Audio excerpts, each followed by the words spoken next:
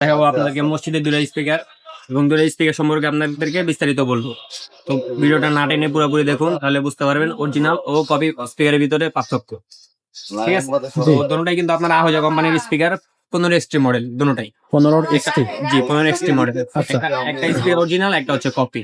আচ্ছা, ঠিক আছে, তো অরিজিনাল স্পিকার আপনারা কিভাবে চিনবেন? এটা কিন্তু আপনার আহোজা কোম্পানির অরিজিনাল স্পিকার, আচ্ছা। 15 এক্সটি মডেল, RMS 10 ওয়াট। ঠিক আছে, হুম। এবং আপনি দেখবেন সবসময় অরিজিনাল স্পিকার ফিনিশিং দেখলে বলতে পারবেন এটা অরিজিনাল স্পিকার। জি, ফিনিশিং দেখলে বলতে পারবেন। এবং অরিজিনাল স্পিকার শুধু একটা লাইনে চলে, বোল্ডের লাইন। ঠিক আছে, ইন্ডিয়ান স্পিকার।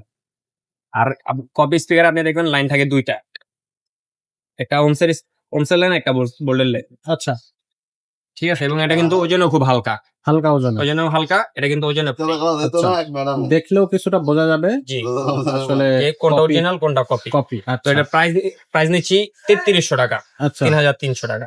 আচ্ছা। আর এটার প্রাইস নিচ্ছি অনলি 1500 টাকা। 1500 টাকা। কত Only দূর 1500 পর্যন্ত টাকা। এটা হচ্ছে সাউন্ডটাকে আপনার করবে? কতটুকু সাউন্ড এটা হচ্ছে কভার করবে?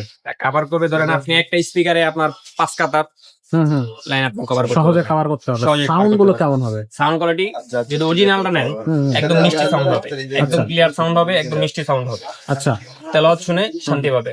আর যদি কপিটা নেন, তাহলে আপনার কিছুদিন পরে গ্যার করতে পারে। করতে পারে। আচ্ছা, তো যারা নেবেন অরিজিনালটাই নেবেন, কপিটা দেখে হচ্ছে শুনে না নেওয়ার নেবেন। চেষ্টা করবেন। আচ্ছা, অরিজিনাল স্পিকারটা নিতে পারে।